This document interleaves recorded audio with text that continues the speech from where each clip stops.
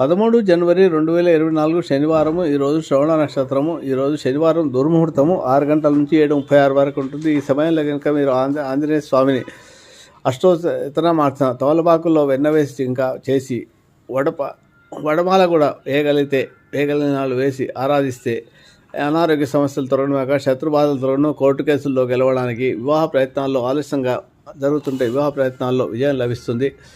హనుమాన్ చాలీసా పారాయణ చేయండి ఈరోజు 11 సార్లు.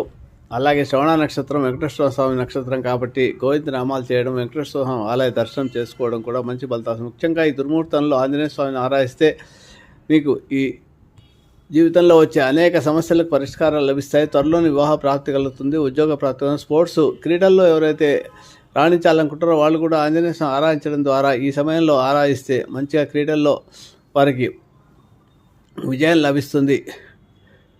శుభమస్తు.